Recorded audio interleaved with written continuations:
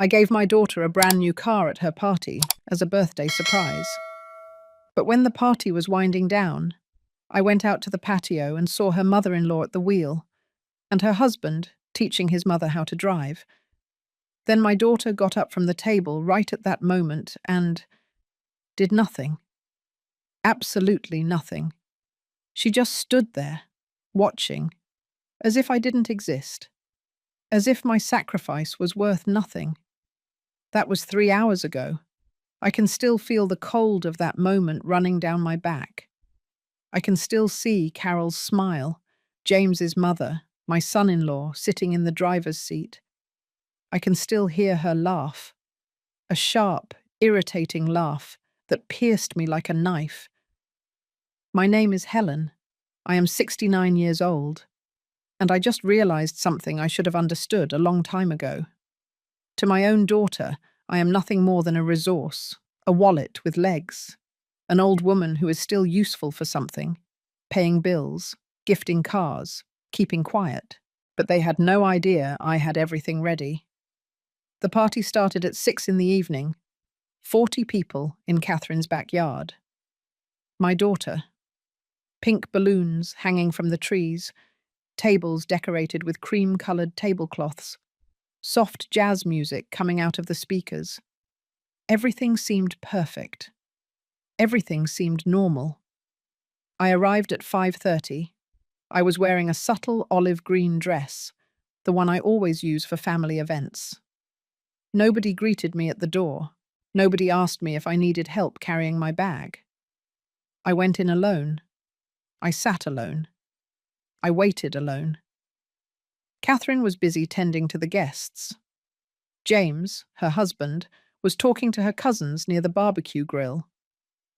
Carol, her mother-in-law, was sitting in the center of the main table, as if she were the hostess, as if it were her house, as if it were her party. I watched everything from my corner. I've always been good at watching, quiet, but attentive. For years, Aguise, I learned to keep silent, not to bother, not to ask for space. I learned that my place was on the side, that my value was in what I could give, not in what I could do. 30 minutes passed before Catherine approached me. She had a glass of white wine in her hand. She gave me a quick kiss on the cheek. She asked me if I was comfortable. I said yes. She smiled. An automatic, empty smile, the kind you give out of obligation. Then she went back to the others. James didn't even look at me. At 7, when everyone was sitting down to eat the roast beef and mashed potatoes, I got up and asked for the floor. The noise decreased. The conversation stopped. Everyone turned to look at me. I felt the weight of 40 pairs of eyes on me. I took a deep breath. I took the keys out of my bag. The car keys, a new car, brand new, silver color. That cost me $22,000. $22,000 that I saved for 3 years. $22,000 that came out of my Social Security and pension, from my occasional jobs, from my sleepless nights, wondering if one day my daughter would look at me again as she used to. I walked toward Catherine. I handed her the keys. Her eyes widened in surprise. Everyone applauded. There were shouts of excitement. Someone said, "What a generous mother." Another said, "Catherine, you are so lucky." She took the keys. She hugged me. A short, cold, calculated hug. Then she turned to James and showed him the keys. He smiled. That smile that has always given me the chills. That smile that hides something dark. Carol got up from the table and walked toward them. She took the keys from Catherine's hands without asking permission. She said something in a low voice. James nodded. The 3 of them went out to the backyard, where the car was parked. I stood there, watching them walk away. No one else seemed to notice. Everyone was still eating, laughing, drinking, as if nothing had happened, as if I didn't matter anymore. I waited 5 minutes. 10, 15. Then calmly, I left my plate on the table and walked toward the patio. My steps were slow, measured. I felt my heart beating fast, but my face remained serene. When I got to the patio, I saw it. The silver car, shining under the afternoon light. And there, sitting in the driver's seat, was Carol. James was next to her, leaning in, explaining how the controls worked. Catherine was standing next to the passenger door, watching, smiling, as if that were the most normal thing in the world. Carol turned the wheel. She gently pressed the gas. She laughed. She said something I couldn't hear. James laughed too. Catherine remained silent, but did nothing to stop them. I stood there, motionless, watching them. No one noticed my presence. No one turned to look at me. No one asked what I was doing there. I was invisible, transparent, non-existent. Then something inside me broke. It wasn't an explosion. It was a silent, deep, definitive break, like a crack in a glass that has endured too much pressure for too long. But I didn't scream. I didn't cry. I didn't make a scene. I just turned around and went back to the party. I sat down in my place. I drank a sip of water. I crossed my hands over my lap. And I waited. I waited for them to come back. I waited for them to sit down. I waited for them to keep pretending that everything was fine. Because I already knew the truth. And they were about to discover it too. It wasn't always like that.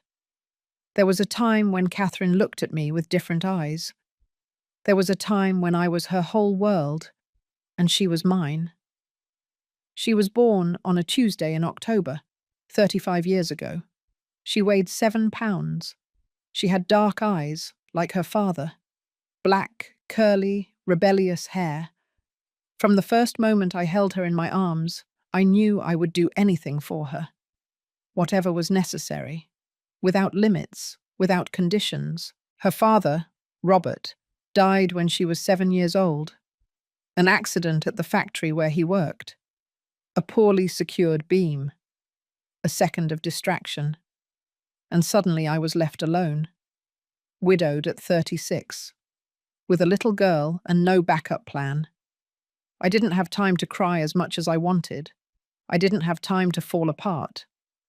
I had a daughter to feed, to dress, to educate. So I worked. I worked at anything, cleaning offices in the mornings, washing clothes in the afternoons, cooking in strangers' houses on weekends. I slept 4 hours every night, sometimes less. Catherine never knew how many times I skipped meals so she could have hers. She never knew how many months my shoes had holes so I could buy her new ones. She never knew that I sold the few pieces of jewelry I had, the ones Robert had given me, to pay for her private school. I wanted her to have what I never had. Opportunities, education, a better future. I wanted her to be someone, to not depend on anyone, to never have to bow before life like I did. And she did it. She graduated from college. She got a good job at a graphic design company. She earned well. She lived well. She was independent, strong, confident. I was proud. So proud that sometimes my chest hurt from so much emotion. But then James showed up. She met him at a work conference. He was a salesman for tech equipment. Talkative, charming, with that false confidence that men who need to impress to exist have. At first, he seemed polite, kind. He brought me flowers when he came to visit her. He asked me how I was. He respectfully called me Mrs. Helen. But I saw something in his eyes. Something cold. Something calculating. A look that evaluated, that measured, that sought weaknesses. I told Catherine to be careful, not to rush, to get to know him better before making big decisions. She got upset. She told me I was suspicious, that I was always looking for problems where there were none, that James was a good man, and that I should give him a chance. So I kept quiet. I swallowed my doubts. I smiled when I had to smile. I pretended when I had to pretend. They got married a year later. The wedding cost $8,000. I paid half. I sold my old car to be able to do it. Catherine didn't ask where I got the money. She just accepted it. As if it were my obligation, as if it were natural. After the wedding, everything changed. Slowly but constantly, like a silent disease that advances without you noticing. The calls became less frequent, the visits sporadic. The Sunday dinners, which used to be sacred, were cancelled with vague excuses. "We have plans, Mum." "We're busy, Mum." "Another day, Mum." James always had a reason, a work commitment, a family reunion on his side, a last-minute trip. And Catherine followed him. She always followed him. Then I met Carol, James's mother, a 66-year-old woman, mahogany-dyed hair, long nails painted dark red, expensive clothes that screamed money they didn't have. She spoke loudly, laughed louder, and treated Catherine as if she were her assistant.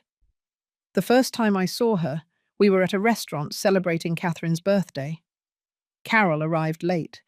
She sat down without apologizing and started complaining about everything. The food was cold.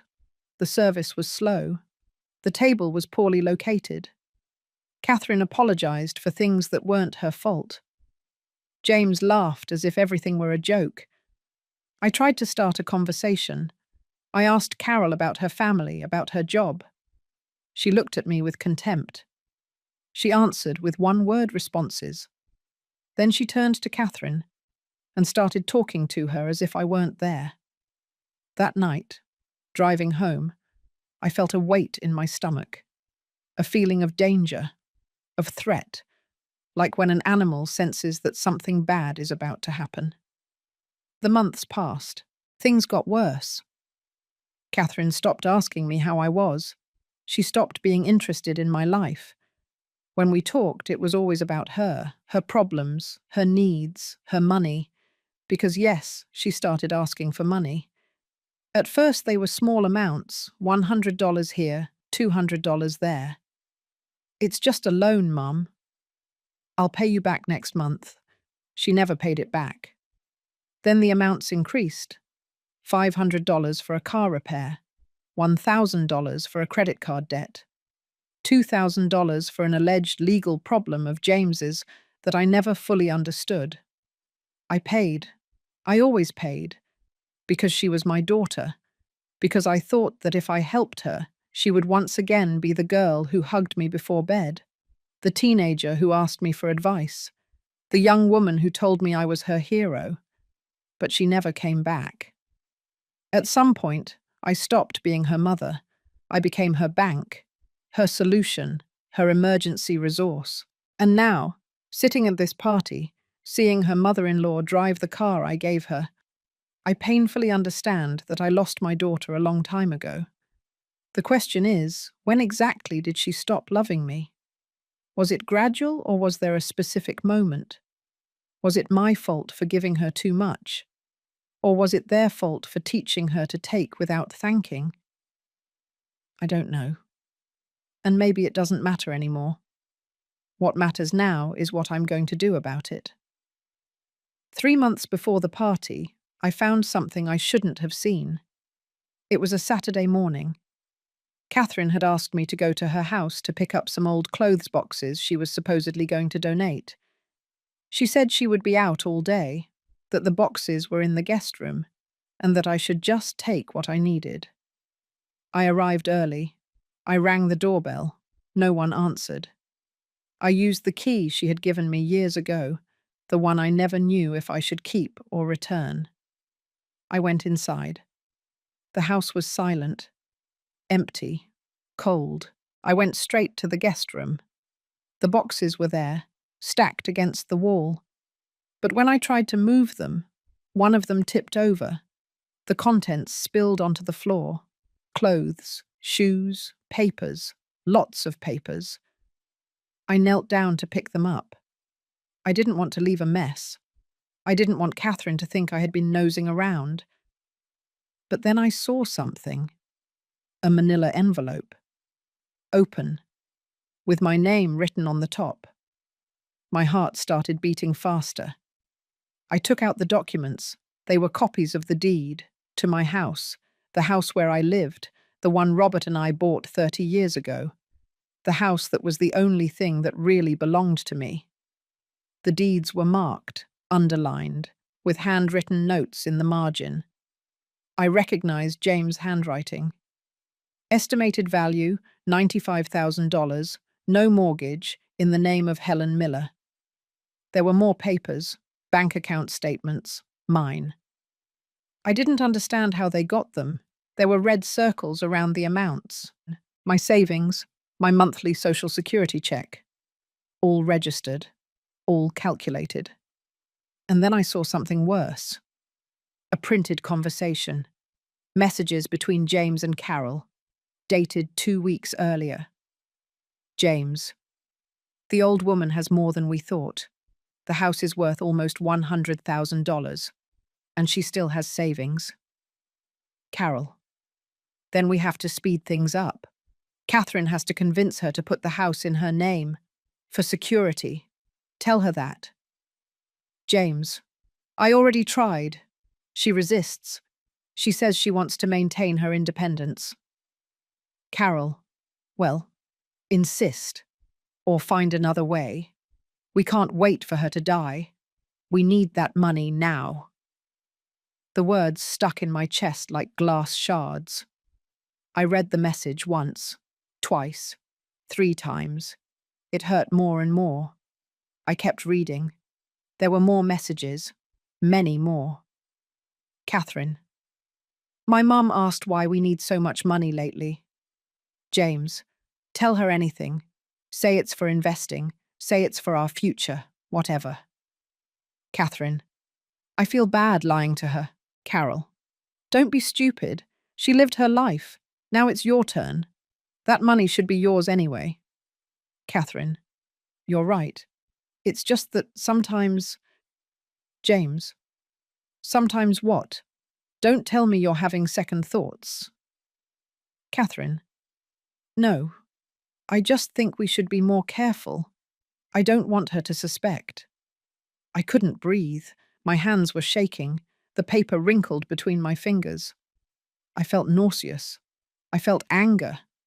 I felt such a deep emptiness that I thought it would swallow me whole. My daughter, my own daughter. She knew what they were doing. She didn't just know. She participated. She accepted. She justified. I sat on the floor, right there, surrounded by papers and lies. I didn't cry. The tears didn't come. It was as if my body had forgotten how to do it. I just stayed there, looking at the wall, trying to process what I had just discovered. How long had they been planning this? Months? Years? Was every loan they had asked me for part of the plan? Every cancelled visit? Every ignored call? I thought of all the times Catherine had told me she loved me. I thought of all the gifts I had given her. I thought of all the sacrifices I had made. And I wondered if it had ever been real, if it had ever meant anything to her. I kept the papers. I folded them carefully and put them in my bag. Then I arranged everything as it was. I closed the box. I left the house. I locked the door. I walked to the bus stop. On the way home, my mind worked at full speed. Options, possibilities, strategies. Because one thing was clear. I couldn't confront them. Not yet. If I did it now, if I told them I knew the truth, they would find another way to deceive me. They would be more careful, more discreet. No, I needed time. I needed to think. I needed a plan. That night, at my house, alone in the dark, I took out the papers and read them again, this time, calmly, with coldness, as if they were documents about a stranger, as if they didn't speak of my life, of my family, of my broken heart. And then something changed inside me. It wasn't a moment of clarity. It was something darker, deeper, a decision that forms in the parts of you that you never knew existed. If they saw me as a source of money, then I would give them what they expected. I would continue to be the generous mother, the naive old woman, the easy woman to manipulate. But while they played their game, I would play mine. And when the time came, when I had all the pieces in place, I would teach them something they had clearly forgotten. That underestimating a silent woman is the most dangerous mistake anyone can make. I called Denise that same night, my only true friend, the only person I could still trust. I told her, I need your help. And I need you not to ask questions yet. She answered without hesitation. Tell me what you need. And that's how it all started. The plan, the revenge, the justice, or maybe simply my liberation. Denise came to my house the next day. She brought coffee and a cinnamon roll, as if it were a normal visit. But when I closed the door and showed her the papers, her face changed. I saw her turn pale. I saw her clench her jaw. I saw her turn from an understanding friend to a fierce ally in a matter of seconds. Son of a gun, she said, and she didn't apologize for the language. I didn't ask her to, either. We sat at the kitchen table. I spread all the documents in front of us, the messages, the accounts, the written statements. Everything was there. The complete evidence of a calculated, cold, systematic betrayal. Denise read each paper carefully. Then she looked at me with those grey eyes that had always seemed able to see beyond lies. What do you want to do? She asked me. I don't know, I answered. And it was true. The anger had given me clarity, but no direction. I knew I couldn't stay still. I knew I couldn't pretend that nothing had happened. But I didn't know how to proceed. I do know, Denise said.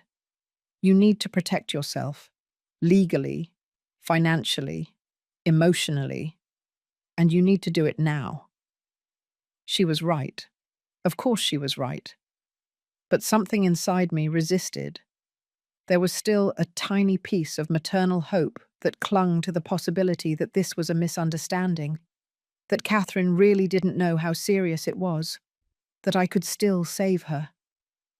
Denise must have seen the doubt on my face, because she took my hand and squeezed hard. Helen, she said, listen to me carefully. Your daughter is stealing from you, not just the money. She is stealing your dignity, your respect, the years you have left to live, and if you don't do something now, she's going to leave you with nothing. Do you understand? I agreed, because I understood. Because deep down, beyond denial and pain, I already knew it. That same afternoon, Denise took me to see a lawyer. His name was Sam Nelson. He had a small office downtown in New York. He was a man in his 50s, serious, with thick glasses and a way of speaking that conveyed confidence without arrogance. I told him everything. I showed him the documents. I explained the situation to him. He listened without interruption. He took notes in a yellow legal pad. From time to time, he would pause. In the end, when I finished, he leaned back in his chair and sighed. Mrs. Helen, he said, you are in a vulnerable position. If they have access to your banking information, if they know the value of your property, if they are planning to manipulate you legally, we need to act quickly. What can I do? I asked. First, protect your assets. Change bank passwords. Revoke any notarized power of attorney you may have signed. Make sure no one but you has access to your accounts. Second, document everything. Every loan you've been asked for. every unfulfilled promise, every suspicious message. Third, prepare a new will that reflects your true wishes, not what they expect. I felt dizzy. It was too much information, too many decisions, too fast.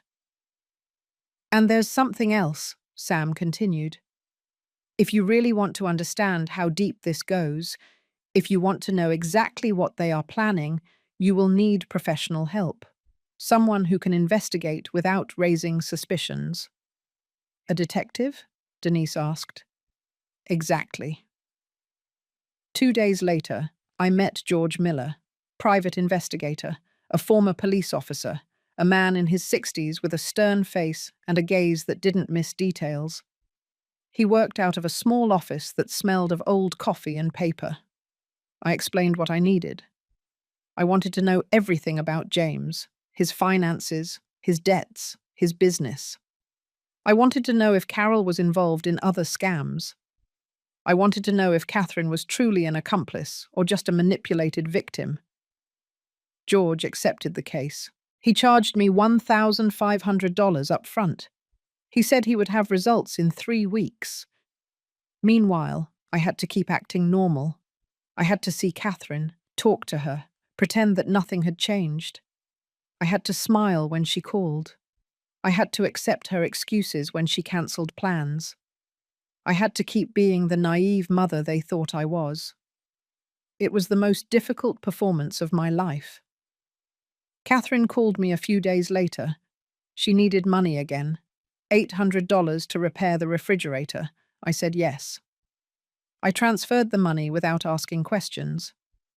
She thanked me briefly and hung up. I wrote down the transaction in a notebook. Date, amount, purpose, everything logged. I changed all my passwords. I opened a new account at a different bank. I transferred half of my savings there. I left enough in the old account so they wouldn't suspect, but not enough for them to do real damage. I visited a notary. I updated my will. In the previous version, Catherine inherited everything. In the new one, she would only inherit a fraction. The rest would go to charitable organizations, to senior centers, to organizations that helped older women abandoned by their families. The notary asked me if I was sure. I told him I had never been more sure of anything in my life. 3 weeks later, George called me to his office.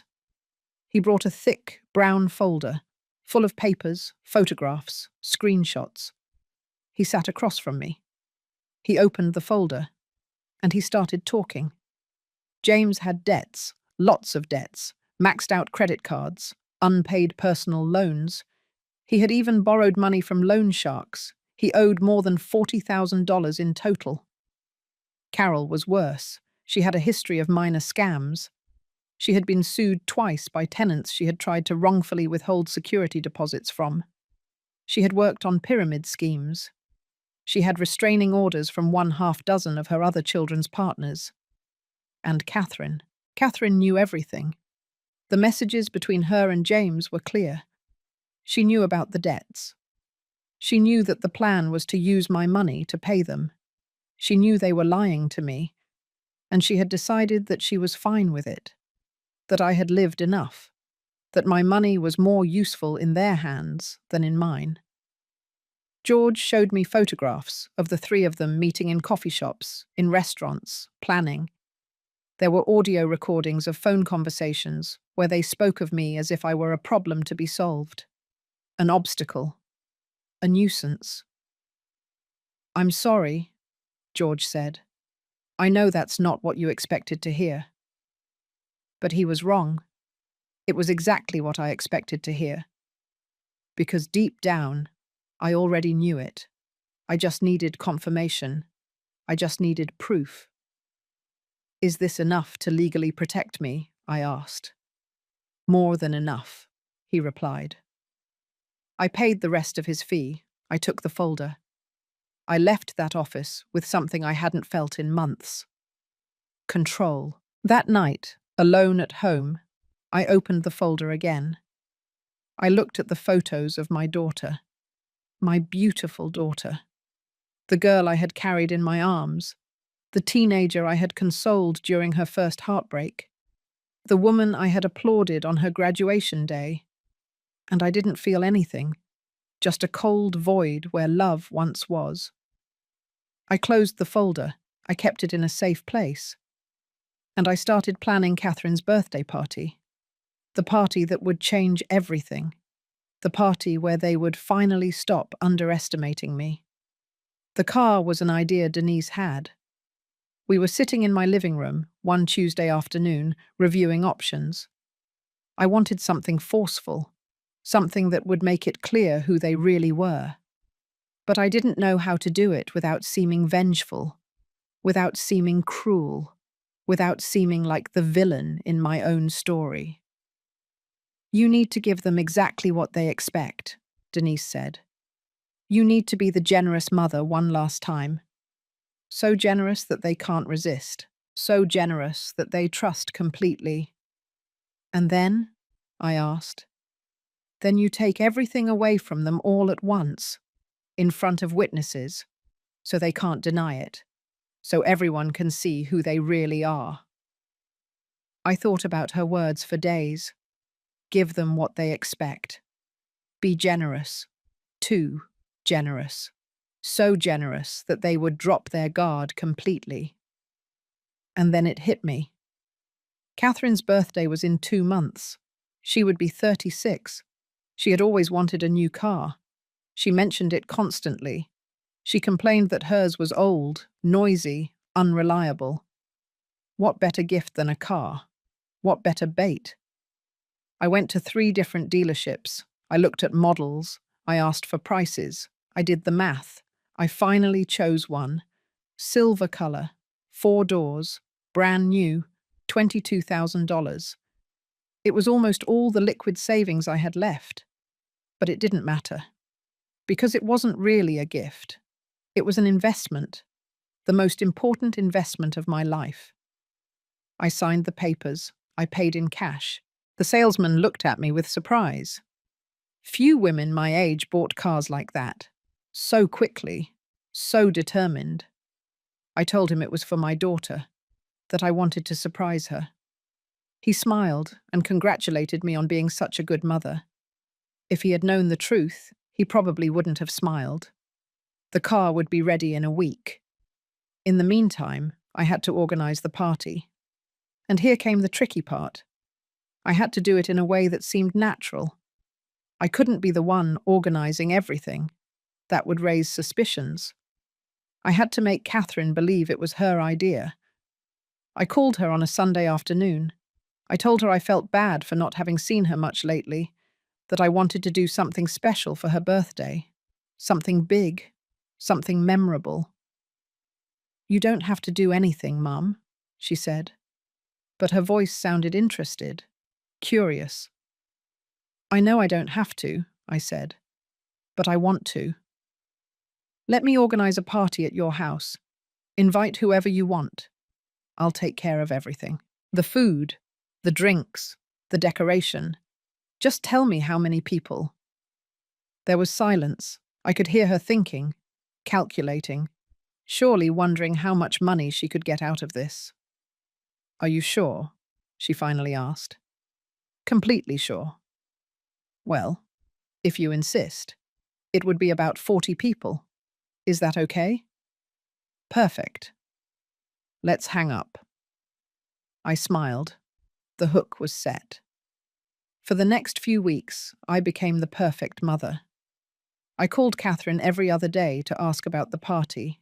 What food did she want? What music? What kind of decoration? She gave her opinions. I wrote them all down. It made her feel important, listened to, loved. I hired a catering service. I chose the most expensive menu: shrimp cocktail, barbecue ribs, gourmet salads, imported desserts. $1,200 just for food. I hired a DJ. $300 for 4 hours. I bought decorations, balloons, streamers, table centerpieces, lights, another $200. In total, the party cost me almost $3,000. Added to the car, It was $25,000, virtually all my liquid assets. But every dollar spent brought me closer to my goal, and the goal had no price. Sam, the lawyer, helped me with the legal part. We prepared documents, certificates, proofs, everything I would need for the final moment. We kept it in a black folder that I kept with me all the time. George installed discreet cameras in Catherine's house, small, almost invisible, strategically placed in the garden, on the patio, in the living room. Catherine wouldn't notice them. No one would notice them. But they would record everything. "Are you sure you want to do this?" George asked me when the installation was finished. "I have never been more sure of anything," I replied. Denise helped me rehearse. Yes, rehearse.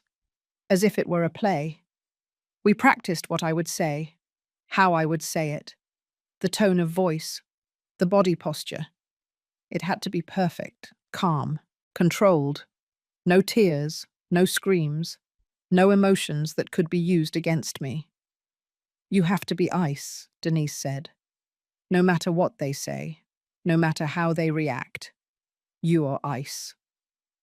I practiced in front of the mirror, over and over, until my face showed nothing, until my voice didn't tremble, until I could say the most painful words with the same tranquility with which I ordered coffee. 3 days before the party, Catherine called me. She sounded excited, almost euphoric. "Mum, you have no idea how much I appreciate everything you're doing. Truly. I know I haven't always been the best daughter, but I want you to know that I love you very much." The words pierced me like knives, because she sounded sincere. Because for a second, just a second, I wanted to believe her. I wanted to believe that maybe there was a possibility that everything was a misunderstanding, that we could still fix this. But then I remembered the messages, the secret meetings, the conversations where they called me the old woman, where they talked about my death as if it were a convenient solution. "I love you too, honey," I said. And it wasn't entirely a lie, because I still loved the girl she had been. I still loved the memory of who she could have been. I just no longer loved the woman she had become. The day before the party, I went to pick up the car. It shone under the sun. Perfect. New, expensive. The salesman handed me the keys with a smile. "Your daughter is very lucky," he said. "Yes," I replied. "She is." I drove the car to a parking lot near Catherine's house. I left it there, covered with a tarp. No one would see it until the exact moment, until I decided it was time. That night I couldn't sleep. I stayed awake looking at the ceiling, reviewing the plan over and over. Every step, every detail, every possible reaction. Denise had told me I could still stop, that I could still cancel everything, that I could still forgive. But I didn't want to forgive anymore. Forgiveness was for those who regretted. And they didn't regret. They only regretted not being faster, more efficient, more discreet. I got out of bed. I looked in the mirror. I saw a 69-year-old woman, wrinkles around the eyes, grey hair, tired hands. But I also saw something else. I saw determination. I saw strength. I saw someone who had nothing to lose. "Tomorrow," I said to myself out loud. "Tomorrow, everything changes." And so it was. The day arrived with a clear sky. No clouds, no rain, as if the universe had decided that nothing would interfere with what was about to happen. I woke up at 6 in the morning, not because of the alarm, but because my body could no longer pretend to be asleep. I had spent the whole night in that state between wakefulness and sleep, where thoughts mix with nightmares and you don't know what is real. I showered. I dressed carefully. The olive green dress, the one I always used for family events, the same one I had worn for dozens of birthdays, graduations, celebrations. I wanted everything to seem normal.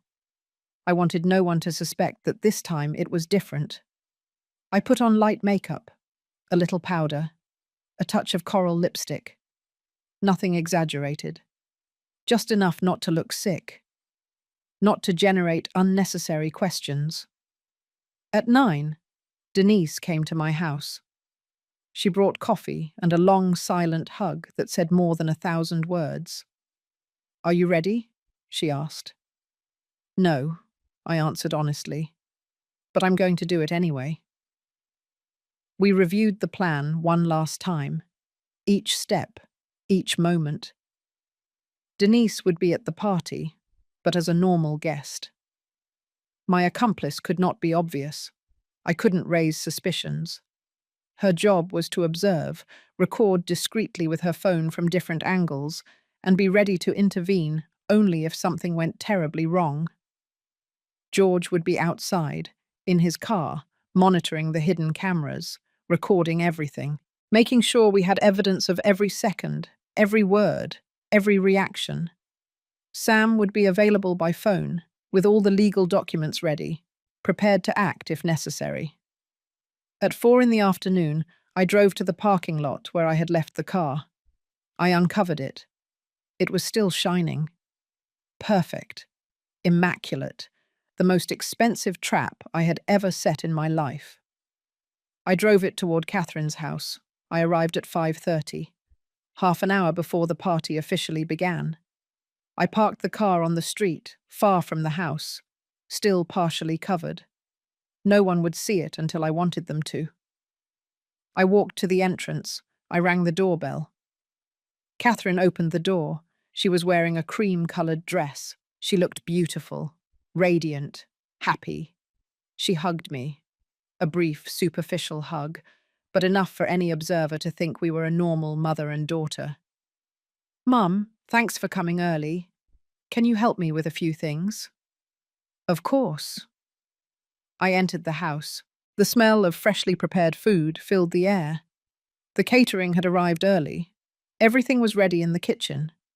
Covered trays, stacked plates, sparkling glasses. James was in the backyard, arranging the tables. He saw me and nodded his head. Not even a verbal greeting. Just that minimal gesture, as if I were part of the furniture. As if my presence was so insignificant that it didn't deserve words.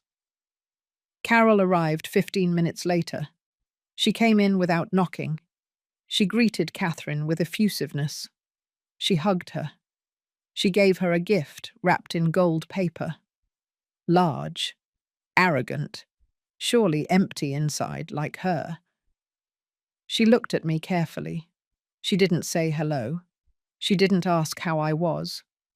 She just assessed me with those cold, calculating eyes and moved on. I took a deep breath. Ice. I had to be ice. The guests began to arrive at 6.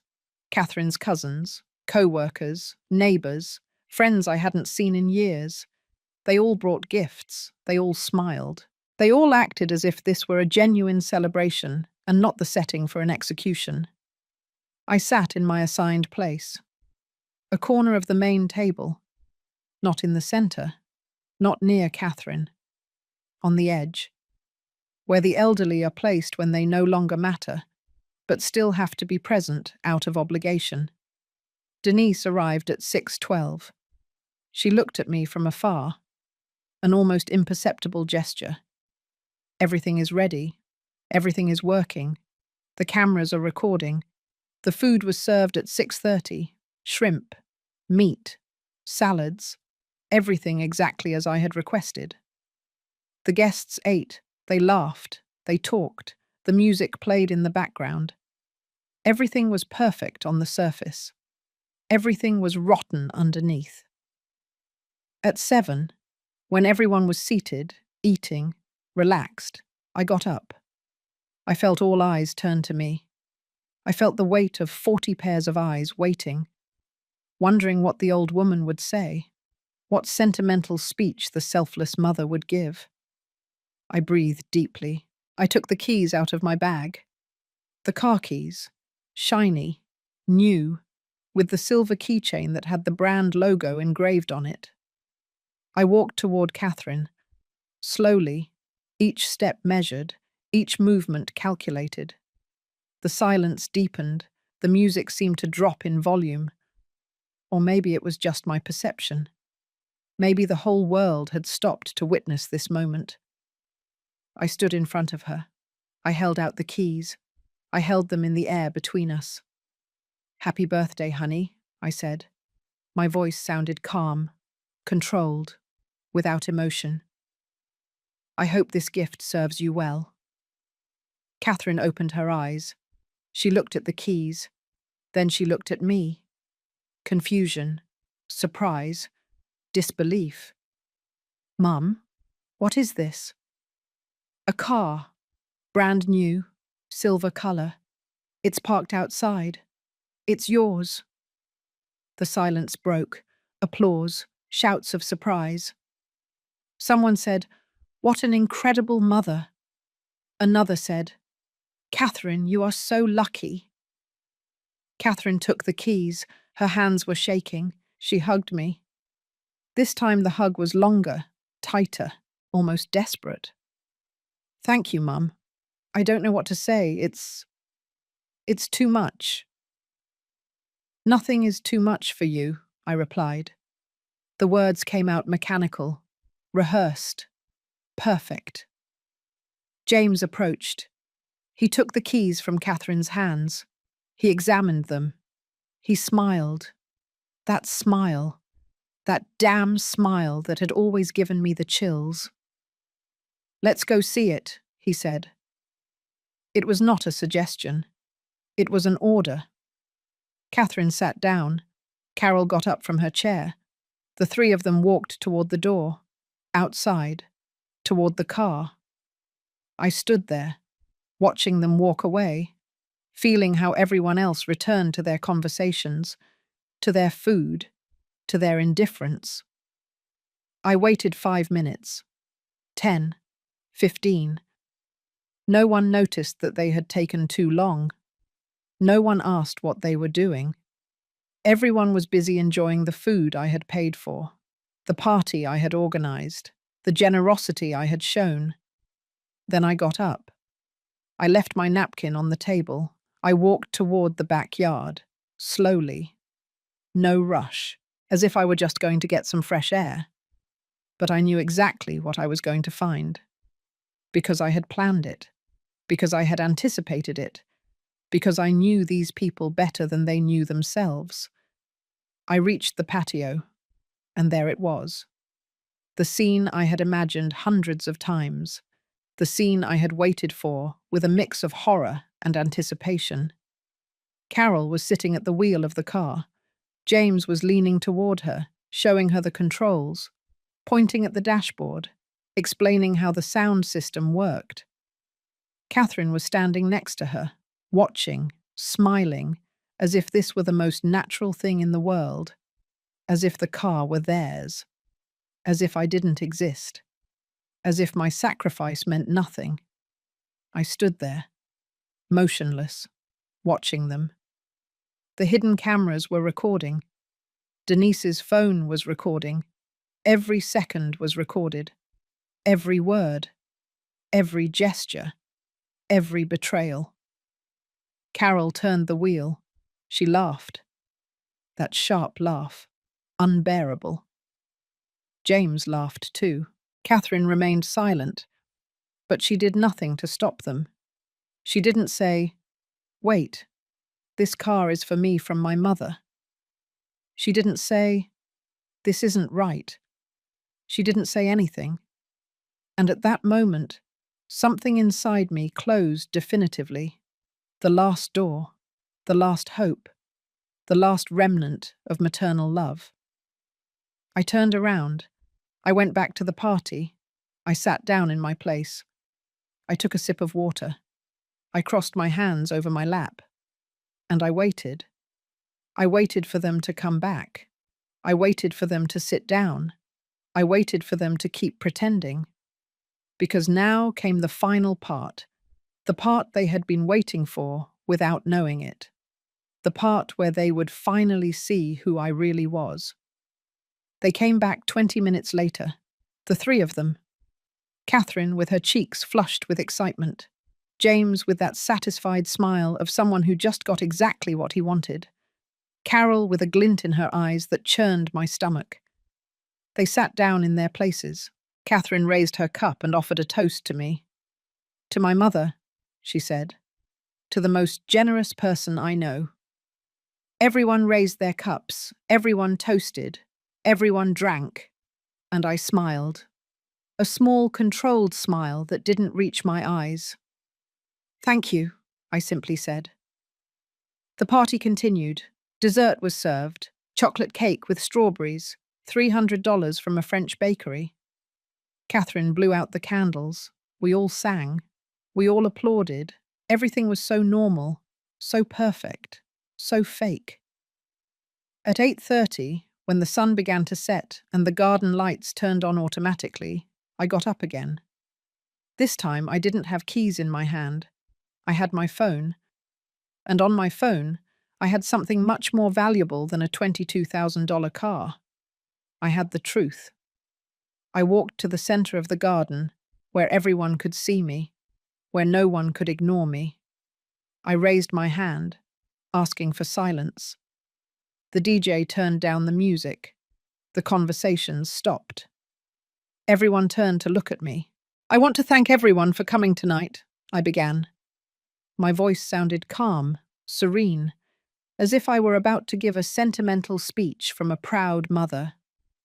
"It is important for me to share this moment with the people Catherine considers important in her life." Catherine smiled. James nodded. Carol looked at me with that expression of polite boredom that people have when they wait for someone older to finish speaking. "I have been a mother for 36 years, I continued, and during those years, I have given everything I had.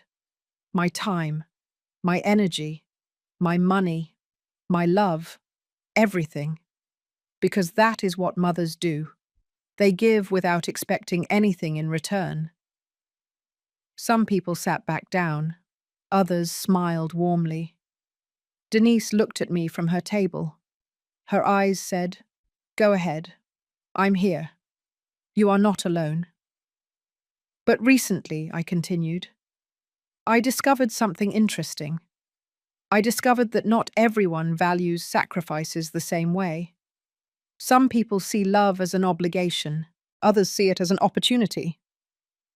The atmosphere changed, subtly, like when the air gets heavy before a thunderstorm. Catherine frowned. James tensed up in his chair. Carol stopped smiling. I took out my phone. I connected it to the sound system the DJ was using. I had practiced this with Denise. I knew exactly how to do it. The DJ looked at me confused, but he didn't object. "I want to share something with you," I said. "Something I found a few months ago. Something I think everyone should hear." I touched the screen. The first audio began to play. James' voice filled the backyard. Clear, unmistakable. "The old woman has more than we thought. The house is worth almost 100,000, and she still has savings." Silence. Absolute silence. As if someone had pressed the pause button on life itself. "Mom." Then Carol's voice. "Then we have to speed things up. Catherine has to convince her to put the house in her name." I heard held breaths, whispers. Someone muttered, "Oh my God." Catherine stood up. "Mom, what are you doing?" I didn't respond. I touched the screen again. Another audio. This time it was Catherine, her own voice betraying her. "I feel bad lying to him." And Carol answering, "Don't be stupid. She lived her life. Now it's your turn. That money should be yours anyway." Catherine turned completely pale. James got up suddenly. "Turn that off, now." but I didn't turn anything off. I touched the screen one more time. The next audio was a conversation between James and Carol, more recent, 2 weeks ago. If she doesn't hurry up and die naturally, maybe we have to help the process. A nursing home. Some place where she can't control her money. Carol laughing. I like the way you think, son. The murmurs turned into choked shouts. Several people got up from their tables. A woman I didn't know put her hand over her mouth. An older man shook his head in denial. Denise had taken out her phone. She was recording everything. The reactions, the faces, the collapse in real time. Mom, please. Catherine walked toward me. There were tears in her eyes, but I couldn't tell if they were tears of regret or just shame at being discovered. Let me explain. It's not what it seems. It's not what it seems, I repeated. My voice was still calm, cold, ice. Then explain it to me. Explain it to everyone. Explain how for months you planned to steal from me. How you lied to me every time you borrowed money. How you let your husband and your mother-in-law talk about my death as if it were a convenient solution. I didn't, she pleaded. I never wanted to. They pressured me. They pressured you, I repeated. And you gave in, over and over without a second thought, because it was easier to betray me than to stand up to them. James walked toward me with aggressive steps. Enough. This is our house. Get out of here. Now. I laughed. It was a short, dry laugh, without humor. Your house? This house is in Catherine's name. But do you know what else is in Catherine's name? Nothing. Absolutely nothing else. Because everything she has, every piece of furniture, every appliance, every penny of her bank account, comes from loans she asked me for and never returned. Loans that total more than $35,000. I took papers out of my pocket. Documents, receipts, bank transfers, all printed, all logged, all with date and signature. I have proof of every transaction, of every lie, of every manipulation, and now all of you are witnesses. The guests were in shock. Some murmured among themselves. Others looked at Catherine with expressions of disgust. One of her cousins got up and left the garden without saying a word. Carol finally found her voice. This is ridiculous.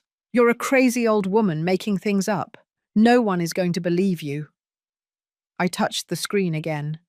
This time it wasn't audio. It was video, recorded by the hidden cameras George had installed.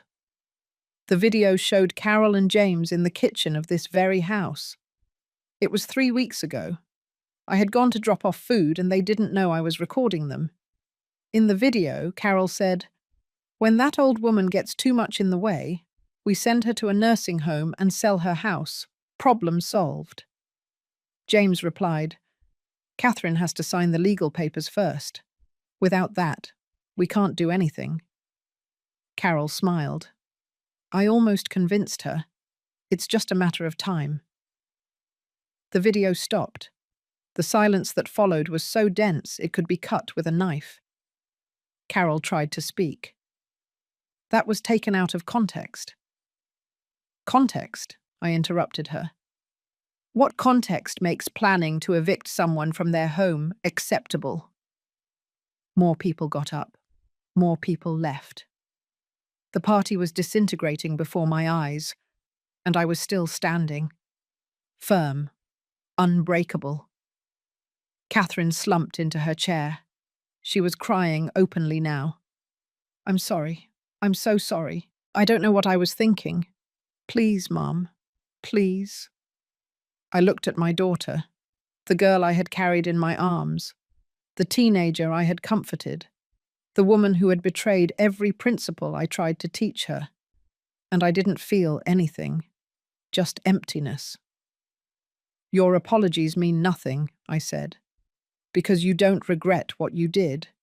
You only regret being discovered. James tried to grab my phone. Give me that. You have no right. I stepped back. Denise stepped between us. Other guests also approached, forming a protective barrier. George had entered the garden, tall, imposing, ready to intervene if necessary. Don't touch me, I said firmly. Don't you dare. The garden was practically empty now. There were only about 10 people left, those closest to Catherine, those who wanted to see how this ended. But this doesn't end here, I finally said. This is just the beginning, because the best is yet to come. Catherine looked up, confused, scared. What? What do you mean? I smiled. A real smile this time. A smile of pure satisfaction. Wait and see. I took the black folder out of my bag. The same one Sam had prepared. The same one I had been carrying with me for weeks, waiting for this exact moment. I opened it slowly, deliberately, letting the tension grow, letting everyone who was left in the garden wonder what else could follow everything they had already witnessed. For the last 3 months, I started. While you planned to take everything from me, I was also busy. But unlike you, I didn't plan to steal. I planned to protect myself. I took out the first document, an official sheet with notary seals. This is my updated will, signed and certified 2 months ago. In the previous version, Catherine inherited everything. My house, my savings, my belongings, everything. Catherine raised her head. There was a flash of hope in her eyes, as if she thought she could still be saved, as if she believed that the right words could undo what she had done. In this new version, I continued, Catherine inherits exactly $10,000, not a penny more. The rest of my assets, valued at approximately $90,000, will be divided between 3 charitable organizations: homes for abandoned elders, shelters for older women without family, legal aid centers for victims of financial abuse. Catherine's face was utterly crushed. James swore under his breath. Carol got up so fast that her chair fell backward. You can't do that, she shouted. That's your daughter's inheritance. It's her right. No, I replied calmly. Glacial. It's my money. I decided what to do with it. And I decided it would be more useful helping people who genuinely need it. People who were betrayed by their own families. People like me. I got another document. This one was thicker, with more seals, more official. This is the deed to my house. As you can see, it is still completely in my name. No mortgages, no liens, without any kind of legal power given to anyone. I looked directly at Catherine. 2 months ago, you asked me to sign a power of attorney. You said it was just for precaution, so you could help me if I ever got sick. Do you remember? Catherine didn't answer. She just stared at the floor. I signed that document, I continued. But what you didn't know is that immediately afterward I went to my lawyer and formally revoked it. The power of attorney you think you have is worthless. It is a piece of paper without legal value. James approached. His face was red with anger. Damn old woman. You fooled us. No, I corrected him. I protected myself. There is a difference. You tried to fool me. I was just smarter. I pulled out more papers, bank account statements. I also closed my main account, the one you knew about, the one Catherine used as a reference when she needed to know how much money I had available to borrow from me. Catherine's eyes widened in horror. What? I opened a new account at a different bank. I transferred all my funds there 10 weeks ago. The old account has exactly $500, enough to keep it active, but nothing more. So all the money you thought I had is still mine, completely out of reach, completely protected. Carol was furious. She trembled with rage. You planned all this. You set us up. Yes, I admitted without remorse. Exactly. Because you underestimated me. You thought I was just a stupid, weak old woman. You thought you could manipulate me without consequences. You were wrong. I took out another document. This one hurt me more than all the previous ones, because it was the most definitive, the most irreversible. This is a car sale agreement for the car I just gave away. The silence was absolute. What? What do you mean? Catherine asked in a trembling voice. The car was never truly yours. I bought it under the name of a leasing company. I registered it under a special contract that allows me to recover it at any time within the first 72 hours. It is completely legal. My lawyer verified it. I looked at my watch. It's been 3 hours since I gave you the keys, which means I still have 69 hours to exercise my right of recovery. Catherine was speechless. No, you can't. You thought. You thought it was a genuine gift, and it would have been, if you had shown even a minimum of respect, if you had kept your mother-in-law from sitting at the wheel as if it were hers, if you had said something, anything. I took out my phone again. I called a number I already had dialed. Mr. Johnson, this is Helen Miller. Yes, please proceed with the vehicle recovery. Send the tow truck to this address. Right now. I hung up. Catherine stood up, shaking. Mum, no, please. The car. I need it. My old car is about to break down. Please. You should have thought about that before, I answered without emotion. Denise approached me. She touched my shoulder gently. Are you okay? She whispered. I nodded. I was fine. I was free. I took the last document out of the folder. This one was a letter, handwritten, from me. Written during one of those nights of insomnia, where I processed all the pain they had caused me. This is for you, Catherine, I said, holding out the paper. Read it when you are alone, when all these people have left, when James and Carol are no longer here, telling you what to think or what to feel. Catherine took the letter with trembling hands. What is it? It's my farewell, I replied. It's everything you needed to hear but never dared to ask. It's the complete truth. No filters, no pretense. I turned to leave. Denise followed me. George was already waiting for us at the door. Where are you going? Catherine asked desperately. Are you just leaving? Like that? I stopped. I turned to look at her one last time. Yes, I simply said. I'm leaving, because I have nothing to do here anymore, because you stopped being my daughter the day you decided that my money was worth more than my dignity. But I am your family. No, I interrupted her.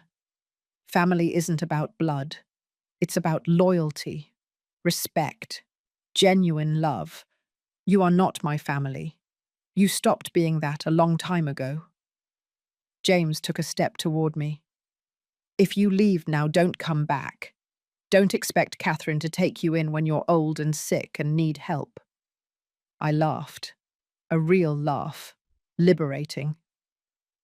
You think I'm afraid of getting old alone? I'm already alone. I've been alone since you came into our lives.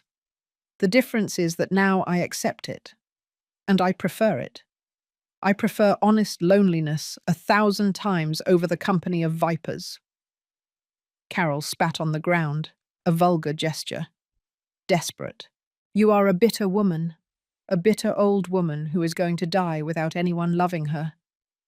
Maybe, I answered, but I will die with dignity, with a clear conscience, knowing that I owe nothing to anyone, knowing that I did not allow them to turn me into a victim. Can you say the same? I did not wait for an answer. I left the garden. I left the house. I heard Catherine calling me. I heard whispers. I heard screams. But I did not stop. On the street, the tow truck was already arriving. The driver got out and greeted me. I showed him the papers. He got in and began to prepare the equipment to take the car. Catherine ran out of the house. "No, please, don't take the car." But it was already too late. The car was hooked, elevated, carried away. And with it, the last illusion that something could be saved between us left. I got into Denise's car. George got into his own vehicle behind us. As we drove away, I looked in the rearview mirror. I saw Catherine on her knees on the street. I saw James yelling. I saw Carol gesticulating furiously. But I didn't care anymore. They were no longer my problem. They were no longer my responsibility. They were just strangers I once thought I knew. Denise drove in silence for the first 20 minutes. I looked out the window. The streets passed. The city lights began to come on. The sky gradually darkened, as if the universe were closing one chapter and preparing another. I did not cry. I thought I would cry. I had imagined this moment so many times, and in every version, I ended up broken, sobbing, destroyed by the pain of losing my daughter. But I didn't feel any of that. I only felt relief, like when you finally let go of something heavy you've been carrying for years, like when you stop pretending that it doesn't hurt you and admit the truth. "Where do you want to go?" Denise finally asked. "Home," I answered. "For now." She felt it. She knew that "for now" meant something temporary. She knew that I had already made bigger decisions, decisions that I hadn't yet shared with anyone. We arrived at my house 40 minutes later. The house Robert and I bought 30 years ago. The house where Catherine grew up. The house full of memories that now felt like ghosts. We went inside. Denise made tea. We sat in the living room. George arrived shortly after with all the recordings backed up on a thumb drive. "Everything is here," he said, handing me the device. "Every audio, every video, every piece of evidence, in case you need anything else in the future." "Thank you," I said, and I kept it in a safe place, because even though I didn't plan to use it again, it was important to have it. It was important to know that the truth was documented, that it wasn't just my word against theirs. George left after a quick coffee. He charged me the rest of his fee. $500. I paid him without hesitation. It was worth every penny. Denise stayed. She stayed because she knew that even though I wasn't crying, even though I seemed fine, I needed company. I needed to remember that there were still good people in the world. "What are you going to do now?" she asked. "I'm going to sell the house," I answered. The words came out easier than I expected. "I already spoke to a realtor last week. She says I can get $95,000, maybe more." Denise didn't seem surprised. "And then?" "Then I leave. Far away. To another city. Maybe to another state. I want to start over. In a place where no one knows me as Catherine's mother. Where I can just be Helen. A 69-year-old woman who still has time to live her own life." "Alone?" she asked gently. I smiled. "Not exactly. I thought maybe you wanted to come with me. If you wanted to. No pressure. But it would be nice to have company. Good company. From someone who truly values me." Denise didn't answer immediately. She took a sip of tea. She looked out the window. Then she looked at me with those grey eyes that always saw the truth. "Yes," she finally said. "Yes, I will go with you. Because you are more family to me than my own sister. Because you deserve to be happy. Because we still have good years ahead of us." That night, after Denise left, I sat alone in my room. I opened the drawer of my nightstand. I took out an old photograph. Catherine was 5 years old. We were at the park. She was laughing. I was carrying her. We were happy. I looked at that photograph for a long time. I remembered that girl, that version of my daughter that still existed somewhere in the past. And I allowed myself to feel sad. Not for the woman she became, but for the girl I lost along the way. Then I put the photograph away. I left it in the drawer. Because some memories are important to keep, but not to look at every day. My phone rang at midnight. It was Catherine. I let it ring. She called 5 more times. I let all the calls go to voicemail. The next morning, I listened to the messages. Her voice was broken, desperate. "Mum, please. I need to talk to you. I need to explain. It wasn't how you think. James manipulated me. His mother pressured me. I didn't want to hurt you. Please give me a chance. Just one." I deleted the messages. All of them. Because I had already heard enough lies. Because I had already given enough chances. Because I knew that if I answered, if I opened that door, even a crack, I would fall back into the same cycle. And I was no longer that woman. I was no longer the mother who gave everything without expecting anything. I was no longer the silent victim who accepted scraps of affection. I was Helen Miller, 69 years old, widowed, betrayed mother. But above all, a free woman. The following weeks were a whirlwind of activity. The house sold in 3 weeks for $98,000, $3,000 more than expected. I distributed the furniture to charitable organizations. I donated clothes, books, objects that I no longer needed. Objects that only took up space and carried memories. Sam handled all the legal paperwork. He made sure that Catherine could not claim anything, that everything was protected, that my will was irrevocable. Denise sold her apartment. She had modest savings. Together we had enough to buy something small somewhere else, something cozy, something ours. We chose a coastal town, small, quiet, where the sea was visible from the windows and the air smelled of salt and freedom. The day we left, Catherine showed up at my door. She had lost weight. She had dark circles under her eyes. She looked tired, defeated. "Mum," she said, "please, don't leave like this. Give me a chance to fix it." I looked at her. I really looked at her, looking for a trace of the daughter I loved, looking for sincerity, genuine regret. But I only saw fear. Fear of losing access to money. Fear of being alone with the consequences of her actions. Selfish fear, not true love. "Did you read my letter?" I asked.